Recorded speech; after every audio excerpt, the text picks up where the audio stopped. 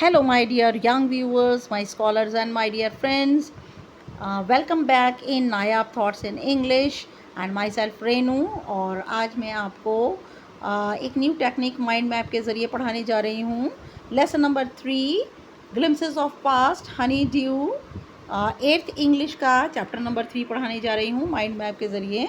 और ये चैप्टर जो है वो पिक्टोरियल फॉर्म में लिखा हुआ है. ये पिक्टोरियल फॉर्म या कॉमिकल रिप्रेजेंटेशन है ये बाय एस डी सावंत. इसको एस डी सावंत ने बड़े ही अच्छे तरीके से, बहुत नायाब तरीके से, नई तरीके से इसको रिप्रेजेंट किया है. और इसके अंदर कैसे बबल्स के अंदर, स्पीच बबल्स के अंदर जो है वो, स्पीच बबल्स आप अच्छी तरह जानते हैं कैसे एक सर्कल होता है, क्लाउड की फॉर्म में एक सर्कल होता है और उसके अंदर जो है वो जो स्पीच होती है वो रखी हुई होती है. तो ये स्पीच जो है डायरेक्ट स्पीच होती है. ये भी आपके उसमें बुक के अंदर दिया हुआ है, डायरेक्ट स्पीच होती है.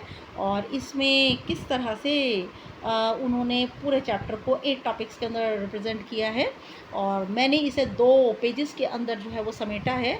और it will be helpful for you क्योंकि ये चैप्टर जो है इसका MCQ एग्जामिनेशन में बहुत इंपॉर्टेंट होता है क्योंकि बहुत सारे इवेंट्स हैं इसमें और बहुत सारी डेट्स हैं और बहुत इंपॉर्टेंट है और इंडिया से रिलेटेड है. और इसके अंदर जो है वो हमारी हिस्ट्री, हमारी जो कंट्री की हिस्ट्री है 1757 से लेकर 1857 तक सारी चीज़ें समेटी हुई हैं. और कैसे ये पिक्चर्स जो है और स्पीच बबल्स के ज़रिए हमें बिल्कुल क्लियर करता है, ये बताता है कि ये जो 100 साल के बीच में 1757 से लेकर 1857 के बीच में जो भी इवेंट्स आए इनको फर्स्ट वॉर ऑफ इंडिपेंडेंस भी कहते हैं, जो कि 1857 में हुआ था. और उसके बाद जाकर 1957 में इंडिया जो है वो फ्री हुआ था और ब्रिटिशर से और ईस्ट इंडिया कंपनी से वो फ्री हुआ था. और कैसे अंग्रेज़ों के जो रूल्स थे और रेगुलेशन से दे वर हार्श एंड क्रूअल, और कैसे इंडिया ने उसको फेस किया बहुत टाइम तक. और किस तरह से जो है वो फिर उसके बाद में हमें आज़ादी मिली. तो यहाँ पर जो है ग्लिम्सेस दी हुई है. Chapter number 3, glimpses of past. यहाँ देख सकते हैं आप, कॉमिकल रिप्रेजेंटेशन है यहाँ बाय एस डी सावंत. और हिस्टोरिकल इवेंट्स दिए हुए हैं यहाँ 1757 से लेकर 1857 तक, जिसको कि फर्स्ट वॉर ऑफ इंडिपेंडेंस भी कहा जाता है.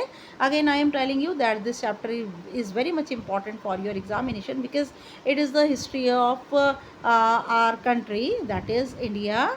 नाउ अब हम नंबर 1 पे चलेंगे. देखिए मैंने एरो से शो किया हुआ है. और सबसे पहले इसका जो है वो मार्टियर्स हैं. मार्टियर्स आपको पता है कौन होते हैं, शहीद होते हैं मार्टियर्स. और उसके अंदर कितने लोगों का नाम आता है आप अच्छी तरह जानते हैं. महात्मा गांधी हैं, गंगाधर तिलक हैं, रानी लक्ष्मीबाई, सुभाष चंद्र बोस, भगत सिंह, लाला लाजपत राय, टीपू सुल्तान, पंडित नेहरू, तांत्या टोपे, कुंवर सिंह. और कुंवर सिंह आपको अच्छी तरह पता है 80 ईयर्स ओल्ड मैन थे और जिन्होंने कैसे हाथ कट जाने के बावजूद भी और लगातार अपनी जो वॉर है उसको कंटिन्यू रखा. उसके बाद में जो नेक्स्ट वाला जो टॉपिक है वो है why East India Company conquered. क्यों ईस्ट इंडिया कंपनी जो है इंडिया के अंदर जा आकर के वो क्यों जीती. और इसका जो टाइम पीरियड है वो 1757 से लेकर 1849 तक है. और मैंने कुछ मेन पॉइंट्स करके दिए हैं उस पूरे पेज के, इसको पूरे उसमें 3-4 पॉइंट्स में समेटा है. इसलिए जीत हुई ईस्ट इंडिया कंपनी की क्योंकि इंडियन रूलर्स जो थे वो शॉर्ट साइटेड थे और उनकी शॉर्ट साइटेडनेस की वजह से उनके अंदर जो है वो दूरदर्शिता नहीं थी, दूरदर्शिता की कमी थी. पैटी फाइट्स, छोटी छोटी लड़ाइयों में वे लगे रहते थे. और उन्होंने समझ लिया था कि जो ब्रिटिश हैं वो भगवान की तरह हमारे देश में आए हैं और हमारे देश में जो है भगवान की तरह आकर के और हमें इन सब चीज़ों से छुटकारा दिलाएंगे. उसके बाद जो नेक्स्ट है तो ब्रिटिश रूल जो है वो कैसे यहाँ पर स्टार्ट हुआ. जो ब्रिटिश रूल है वो 1765 से लेकर के और 1836 तक जो है वो कंटिन्यू रहा. और उस दौरान क्या क्या बातें घटी. एक्सप्लॉयटेड इंडियंस, और इन्होंने क्या किया, इंडियंस को बहुत ज़्यादा एक्सप्लॉयट किया. इंडियंस को इतना ज़्यादा एक्सप्लॉयट किया, यहाँ पर देखिए. उसके बाद में लूटेड लैंड, पूरे देश को जो है बुरी तरह से लूट डाला. रिस्पॉन्सिबल फॉर ड्रॉट, और पूरी ज़मीनों को, किसानों की ज़मीनों को बेकार कर दिया और इसीलिए अकाल पड़ा। Now next is massive killing, इससे बहुत बड़ी संख्या में जो लोग थे वो मारे गए। और फिर उसके बाद फॉलो डिवाइड एंड रूल, और इन्होंने हिंदू और मुसलमानों के बहुत झगड़े कराए जो कि आज तक की तारीख में भी चलते चले आ रहे हैं। ओके, नाउ नेक्स्ट आ जाइए, नेक्स्ट देखिए, राइज ऑफ राम मोहन राय। राजा राम मोहन राय आपको पता है 1772 से लेकर के 1833 तक राजा राम मोहन राय एक लर्न मैन थे बंगाल के, बहुत बड़े रिफॉर्मर हैं ये। और इन्होंने आपको पता है सती प्रथा और बाल विवाह इन सब को ख़त्म किया है।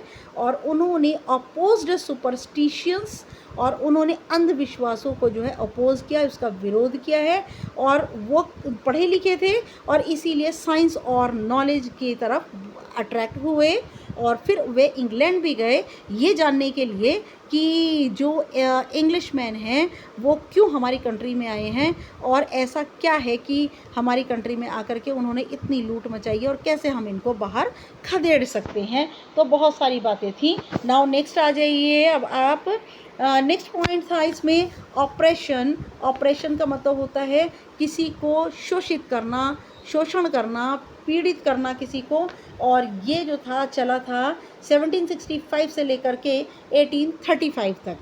इन्होंने एक रूल पास किया था, रेगुलेशन पास किया था, पास्ड रेगुलेशन 3, रेगुलेशन 3 के अंदर किसी भी इंडियन को बिना कोर्ट के अंदर ट्रायल लिए हुए और वो जेल में डाल सकते थे। मतलब बिना कुछ पूछे, बिना कुछ इन्वेस्टिगेट किए वो किसी भी इंडियन को जेल के अंदर डाल सकते थे, उन्हें टॉर्चर कर सकते थे।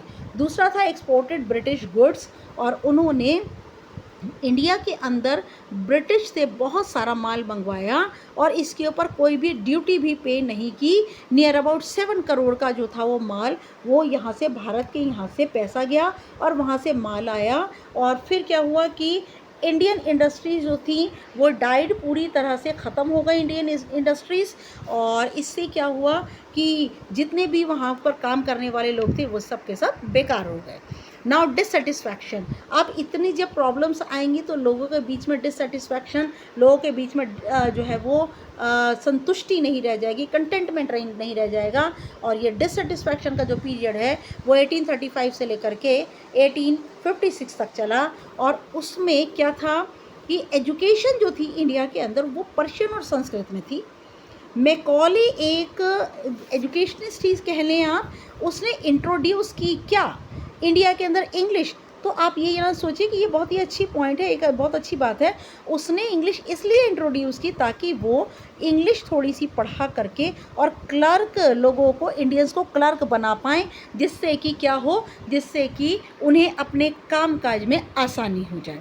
उसके बाद क्या होता है कि जो स्पार्क्स है, स्पार्क का मतलब चिंगारियाँ, चिंगारियाँ जो हैं वो लगातार उठ रही थी। चिंगारियाँ किस चीज़ की उठ रही थी, और वो चिंगारियाँ जो थी 1855 से लेकर 57 तक चिंगारियाँ उठ रही थी विद्रोह की, रिवोल्ट की।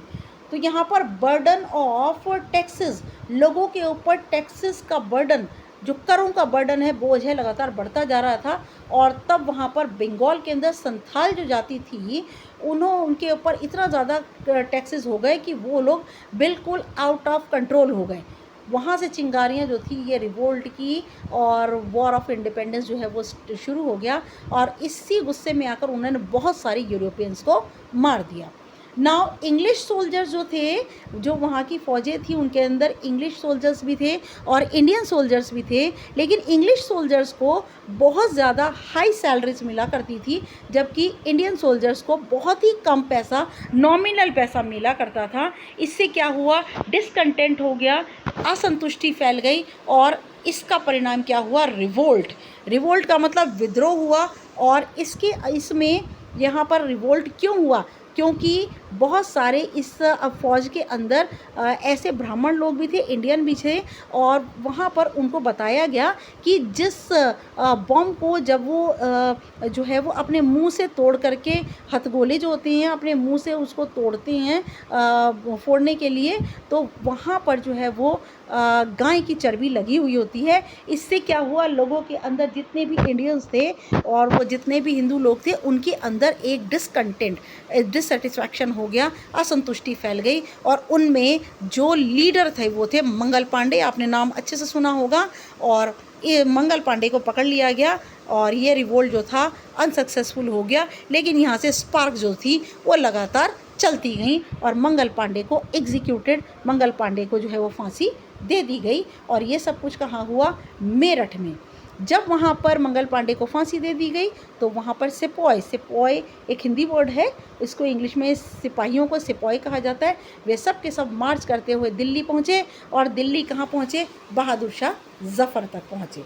तो यहाँ पर जो है 1857 में जो द फाइट फॉर फ्रीडम जो कि नॉर्थ इंडिया के अंदर स्टार्ट हुआ था, इसमें बहुत सारे लोगों ने जो है वो पार्टिसिपेट किया था। और बहुत सारे लोगों में कौन कौन है, यहाँ पर हैं बेगम हज़रत महल, यस नाउ बेगम हज़रत महल, जो कि आपको पता है कि बेगम हज़रत महल जो थी बहुत ज़्यादा बिटर हो चुकी थी, क्योंकि अंग्रेज़ों ने उनसे बहुत कुछ छीन लिया था उनका, और बहुत सारे राजाओं को डिथ्रोन कर दिया था, बहुत सारे राजाओं को गद्दियों से उतार दिया था। लेकिन फिर भी इंडियंस को समझ नहीं आ रही थी। लेकिन धीमे धीमे उन्हें जब समझ में आई कि हमसे हमारा कल्चर, हमसे हमारी हिस्ट्री, हमसे हमारी सब चीज़ें जो है वो, जो कि इंडिया को जो है वो गोल्डन बर्ड कहा जाता था, और वो सब कुछ हमसे छीना जा रहा है। तो 1857 में द फाइट फॉर फ्रीडम ये स्टार्ट हुआ।